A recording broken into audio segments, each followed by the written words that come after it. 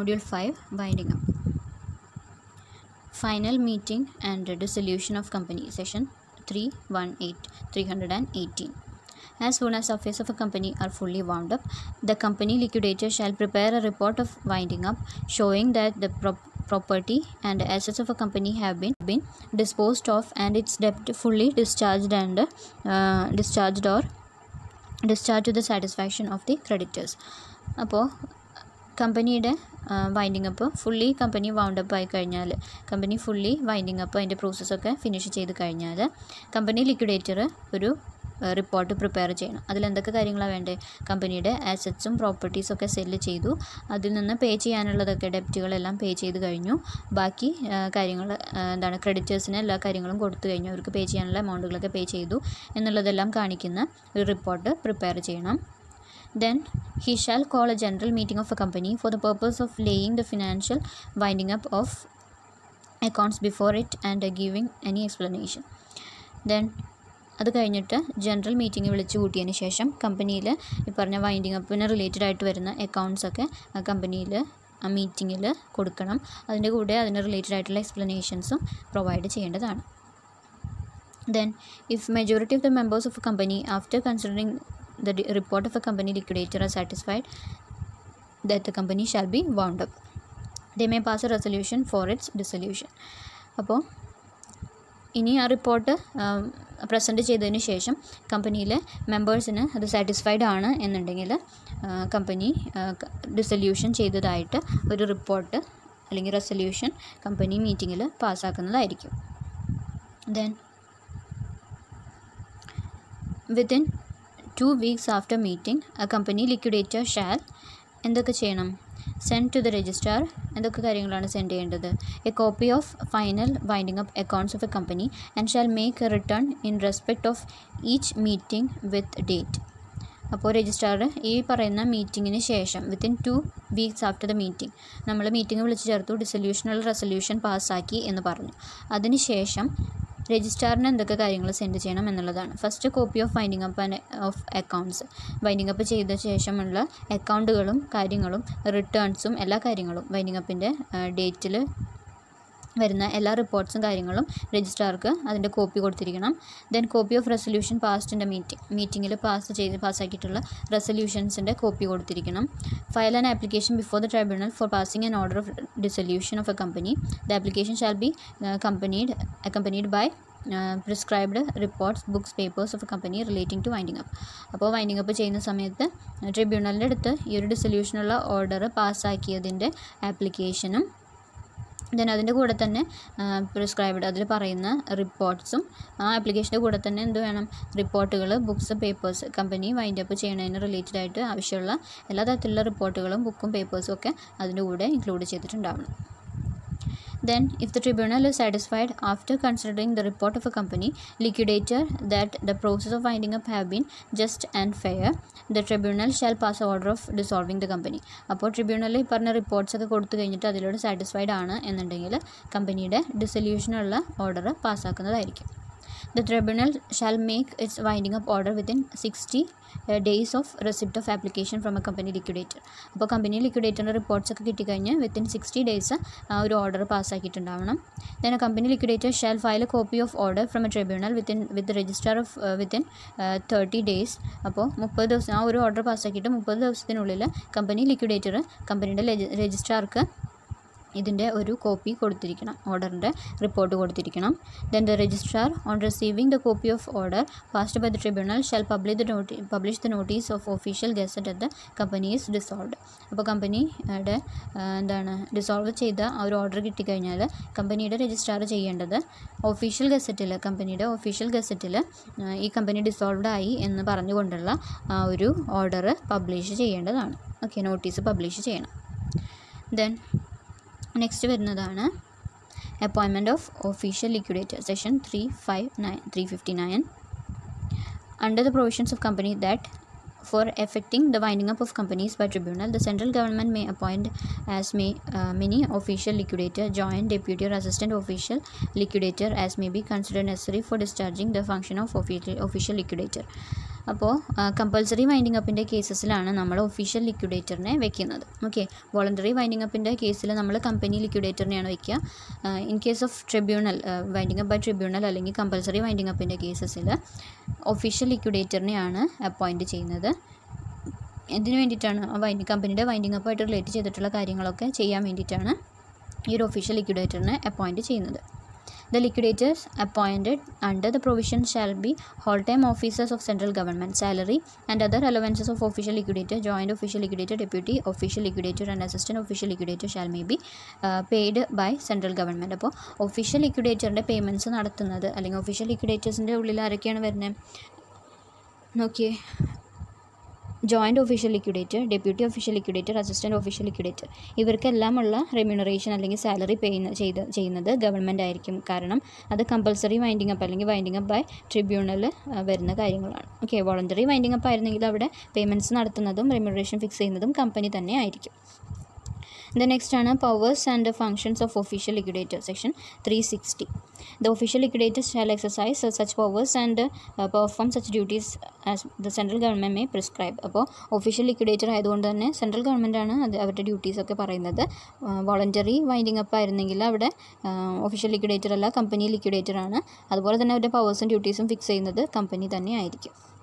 Besides this general statement on powers of official liquidator, the act also makes it clear that official liquidator may എന്തൊക്കെ കാര്യങ്ങളാണ് exercise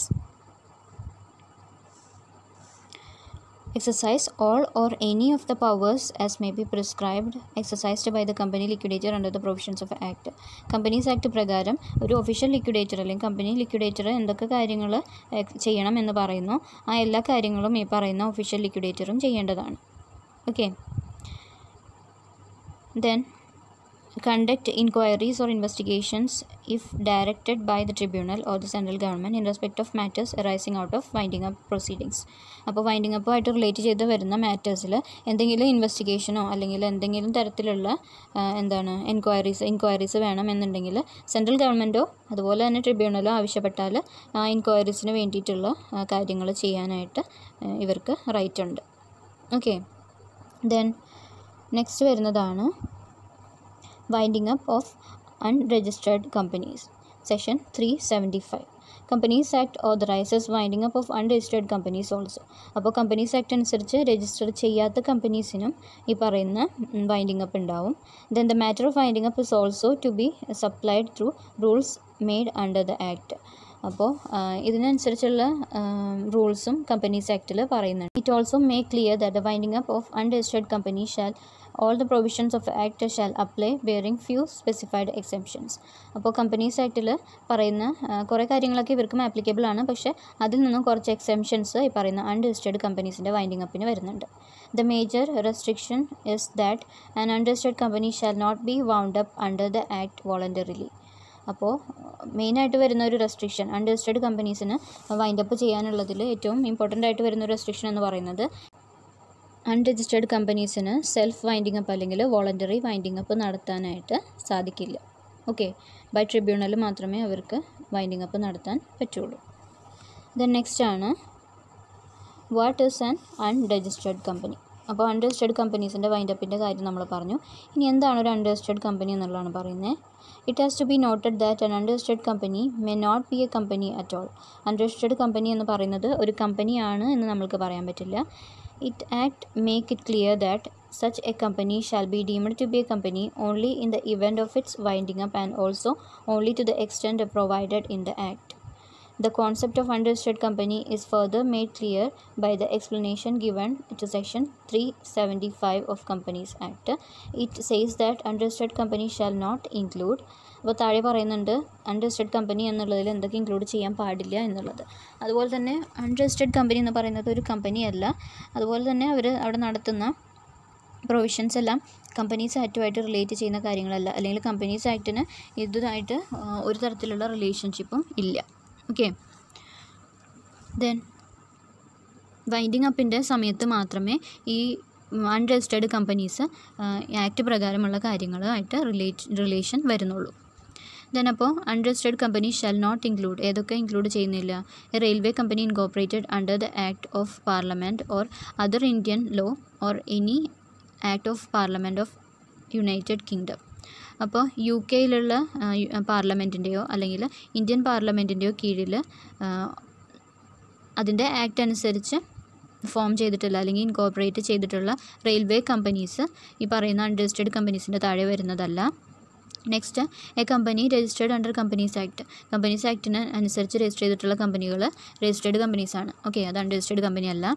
then a company registered under the provisions of companies law. Company ലോയുടെ കീഴിൽ register ചെയ്തിട്ടുള്ള കമ്പനീസും ഈ പറയുന്ന unregistered company അല്ല, അതും registered company തന്നെയാണ്. ഓക്കെ, അപ്പോൾ ഈ 3 കമ്പനീസാണ് രജിസ്റ്റേർഡ് കമ്പനി ആയിട്ട് വരുന്നത്. അല്ലെങ്കിൽ അൺരജിസ്റ്റേർഡ് കമ്പനി ഒരിക്കലും ആകാത്ത കമ്പനീസാണ് ഈ പറഞ്ഞ 3. Then further the act say when an association would be deemed as an unregistered company. The entities listed include any partnership firm, limited liability partnership or society or cooperative society, association or company consisting of more than 7 members at the time when the petition of winding up of membership partnership firm, limited liability partnership or society or corporate society, association, company as a case may be presented before the tribunal. അപ്പോൾ unregistered company എന്നുള്ളത് association would be deemed as unregistered company. ചില കമ്പനികൾ തമ്മിലുള്ള association, അതിലെന്തൊക്കെയാണ് പറയുന്നത്? Partnership ആവാം, then limited liability partnership ആവാം, fully liable partnership ആവണമെന്നില്ല, ലിമിറ്റഡ് ലയബിലിറ്റി പാർട്ട്ണർഷിപ്പ് ആവാം, then society or cooperative society ആവാം, then association or company consisting of more than 7 members at the time of petition of winding അപ്പിൻ്റെ ടൈമിൽ അതിൽ ഒരു കമ്പനിയിൽ 7 members എങ്കിലും ഉണ്ട് എന്നുണ്ടെങ്കിൽ അവർ, അപ്പോൾ ഇങ്ങനെ ഈ പറഞ്ഞിരിക്കുന്ന ലിസ്റ്റിൽ പറഞ്ഞ കമ്പനീസ് ആയിട്ട് തമ്മിലുള്ള അസോസിയേഷൻ അല്ലെങ്കിൽ അവർ തമ്മിൽ ജോയിൻ ചെയ്ത് ചെയ്യുന്ന കമ്പനീസ് അല്ലെങ്കിൽ ജോയിൻ ചെയ്ത് പ്രവർത്തിക്കുന്ന കമ്പനീസിനെ നമ്മൾക്ക് അൺരജിസ്റ്റേർഡ് കമ്പനീസ് എന്ന് പറയാവുന്നതാണ്. ദെൻ നെക്സ്റ്റ് ആണ് circumstances for winding up of unregistered companies. Unregistered companies എപ്പോഴൊക്കെയാണ് വൗണ്ട് അപ്പ് ചെയ്യേണ്ടത് എന്നുള്ളതാണ് പറയുന്നത്. If a company is dissolved or has ceased to carry on a business or is carrying on business only for the purpose of winding up of its affairs. അപ്പോൾ ഒരു company dissolve ചെയ്യുകയാണ്, അല്ലെങ്കിൽ ആ കമ്പനിക്ക് അതിൻ്റെ ബിസിനസ് ആക്ടിവിറ്റീസ് ക്യാരി ഔട്ട് ചെയ്യാൻ പറ്റുന്നില്ല എന്നുണ്ടെങ്കിൽ, അല്ലെങ്കിൽ ആ കമ്പനി പ്രവർത്തിക്കുന്നത് ആ കമ്പനിയുടെ വൈൻഡിങ് അപ്പ് ആയിട്ട് റിലേറ്റ് ചെയ്ത് വരുന്ന കാര്യങ്ങൾ ചെയ്യാൻ വേണ്ടിയിട്ടാണ് ഈ കമ്പനി ഇപ്പോൾ ഫങ്ഷൻ ചെയ്തുകൊണ്ടിരിക്കുന്നത് എന്നുണ്ടെങ്കിലും ആ കമ്പനി വൈൻഡപ്പ് ചെയ്യാനുള്ള അൺരജിസ്റ്റേർഡ് കമ്പനീസിനെ വൈൻഡപ്പ് ചെയ്യാവുന്നതാണ്. Then if a company is unable to pay its ഡെപ്റ്റ്, സാധാരണ പോലെ തന്നെ ഒരു അൺരജിസ്റ്റേർഡ് കമ്പനീസിന് അതിൻ്റെ ഡെപ്റ്റ് പേ ഔട്ട് ചെയ്യാൻ പറ്റുന്നില്ല എന്നുള്ള സിറ്റുവേഷൻസ് വന്നാലും അതിനെ വൈൻഡപ്പ് ചെയ്യാം. If A tribunal is in an opinion that it is just equitable that A company should be wind up. നമ്മൾ സാധാരണ കമ്പനീസ് രജിസ്റ്റേർഡ് കമ്പനീസിൻ്റെ കാര്യം പറഞ്ഞ പോലെ തന്നെ ട്രിബ്യൂണലിൻ്റെ ഒപ്പീനിയനിൽ ആ കമ്പനി ഇനി മുന്നോട്ട് പോകുന്നതിൽ പ്രോഫിറ്റബിലിറ്റി ഇല്ല, അല്ലെങ്കിൽ അത് വൈൻഡപ്പ് ചെയ്യുന്നതും ഇപ്പോൾ അതിൻ്റെ പ്രോസസ്സിങ് മുന്നോട്ട് കൊണ്ടുപോകുന്നതും സെയിം തന്നെയാണ് എന്നുള്ളൊരു സിറ്റുവേഷൻ വന്നാലും നമ്മൾക്ക് വൈൻഡിങ് അപ്പ് ഒപ്പീനിയൻ എടുക്കാം. Then special provisions, last point ആണ് special provisions. The Act make it clear that the provisions regarding wind-up of unregistered company, in addition to and not in derogation of any provisions in the Act which respect to winding up of company by the tribunal. അപ്പോൾ ഇതിൽ പറയുന്നത് unregistered കമ്പനീസിൻ്റെ winding അപ്പും അതുപോലെ തന്നെ companies സാധാരണ registered കമ്പനീസിൻ്റെ winding അപ്പിലും ചെയ്യുന്ന കാര്യങ്ങൾ ഏകദേശം ഒന്ന് തന്നെയാണ്. Okay, moreover all the powers exercised by tribunal or liquidator in case of winding up of registered company under the Act is expressly conferred by the Act in case of winding up of unregistered company. അപ്പോൾ registered കമ്പനിയുടെ കേസിൽ ട്രിബ്യൂണലും അതുപോലെ തന്നെ ലിക്വിഡേറ്ററും ചെയ്യുന്ന എല്ലാ കാര്യങ്ങളും ഏകദേശം ഈ വൈൻഡിങ് അപ്പ് ഓഫ് അൺരജിസ്റ്റേർഡ് കമ്പനിയുടെ കാര്യത്തിലും വരുന്നുണ്ട്. നമ്മളത് പറഞ്ഞിരുന്നു നേരത്തെ. കാരണം ഈ വൈൻഡിങ് അപ്പിൻ്റെ കേസിൽ മാത്രം രജിസ്റ്റേർഡ് കമ്പനീസിൻ്റെയും അൺരജിസ്റ്റേർഡ് കമ്പനീസിൻ്റെയും പ്രൊസീഡിങ്സും അതുപോലെ തന്നെ അത് റിലേറ്റഡ് ആയിട്ട് വരുന്ന കാര്യങ്ങളൊക്കെ സിമിലർ തന്നെയാണ് എന്നുള്ളത്. ഓക്കെ, വൈൻഡിങ് അപ്പിൻ്റെ കാര്യത്തിൽ മാത്രമേ അൺരജിസ്റ്റേർഡ് കമ്പനി എല്ലാ കാര്യങ്ങളും രജിസ്റ്റേർഡ് കമ്പനി ചെയ്യുന്ന എല്ലാ കാര്യങ്ങളും ചെയ്യുന്നുള്ളൂ. അല്ലാത്ത സമയത്ത് അൺരജിസ്റ്റേർഡ് കമ്പനീസിൻ്റെ ഫങ്ഷനിങ്ങും കാര്യങ്ങളൊക്കെ ഡിഫറെൻ്റ് ആണ്. ഓക്കെ, ഇത്രയും കാര്യങ്ങളാണ് ഈ ഒരു മോഡ്യൂളിൽ ഇൻക്ലൂഡ് ചെയ്തിരിക്കുന്നത്. Thank you.